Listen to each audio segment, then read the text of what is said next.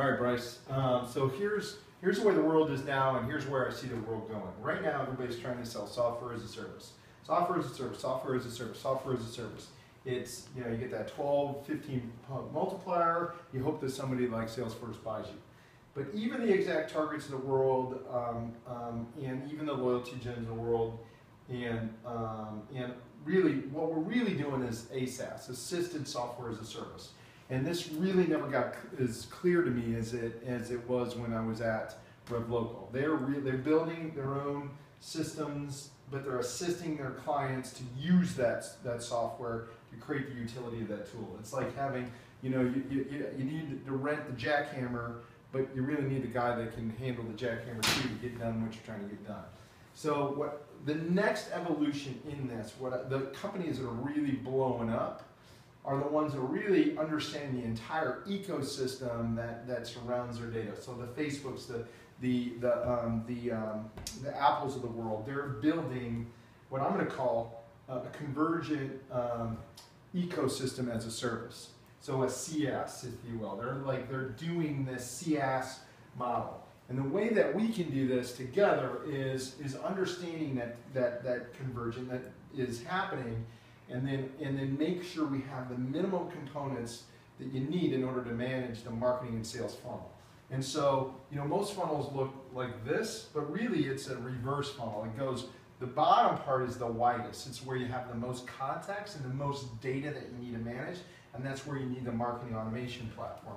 So the fact that we're putting so much time and energy on CRM when it's the most least intelligent piece of all this is crazy. What you really want to do is get marketing and sales working on the same equation, understanding and looking at the same data, equalizing a common denominator.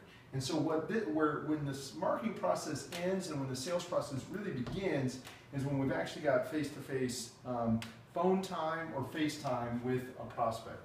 Until then, it can really still be a marketing challenge. The guy's got to do prospecting, but he should be incubated to a certain level. If they're doing it dry without education, it's a waste of time, it's a waste of resources.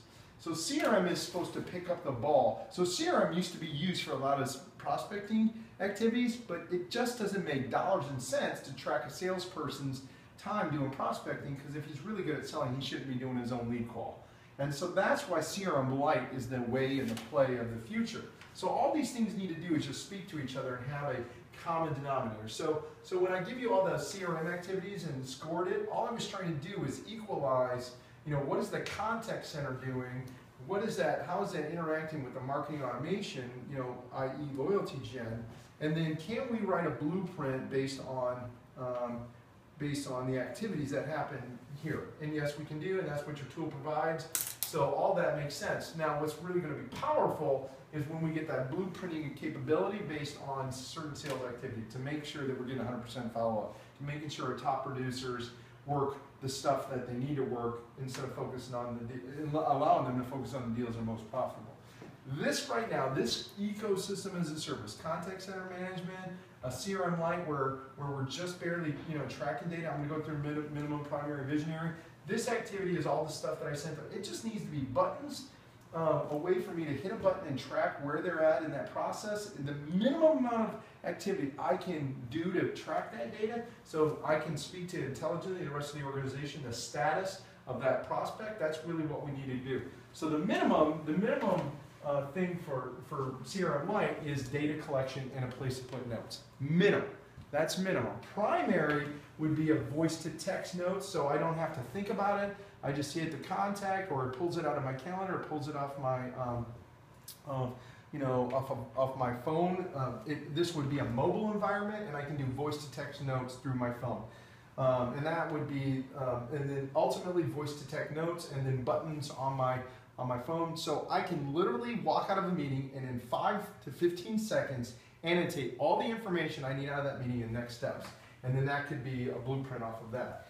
That is where I see this going. And I think that is what's going to take down a Salesforce. It's what's going to take down the big CRM platforms of the world. It's that they have been built with this old mentality that a salesperson is going to be doing all of his lead call activity. And all of our data shows that it's not cost effective for them to do that. Not with marketing automation doing what it can do, and that's why marketing automation has been so hot. The bottom line is the average sales guy costs $83,360 a year. So if they're doing a touch, that's costing that company $5 a touch. If you implement marketing automation and use a contact center, you can get that cost to less than $1. And then you can look at data and have that salesperson catch up with it. So now you got your 20%ers producing twice as much because they're not doing their own lead qual. And that's the bottom line of the math. So when you pull all this together, you know, you're going to be, your CRM doesn't have to be intelligent because it's not built on as a robust platform with as it used to be. This contact center platform is going to take on all those minutia activities. It's going to optimize those things that get done to pre-qual into this face-to-face and potential phone call meeting. And all that needs to be automated as much as possible. That's where the world's going. You know that, and I know that. But when you start to look at CRM, the flip side of that is simple, clean, and smooth, and allowing me in a mobile environment to annotate a file. That's where the future of CRM is going to go. So if you could pull all that and create a convergent ecosystem as a service, you've got something no one else has, and you've got really the differentiation from Salesforce, from the entire way Microsoft Dynamics and everything is built. They want everybody to buy. Like, this is the ideal system, and only $1 billion companies are using it, and they're only doing it like in a Primo or a Dynamics, a Salesforce integration. They're spending millions of dollars to get all these things to work together, and they can't figure it out. If we can give somebody a simple, clean, easy way to see all this data in one spot, scored, and being able to evaluate that, you got to play for an SMB that just doesn't exist. So this is what we're thinking. This is where I'm going. So if you think about all these activities that I put in here, that's all CRM. All this needs to be scored and equated to the CRM activity so everybody's playing from the same playbook.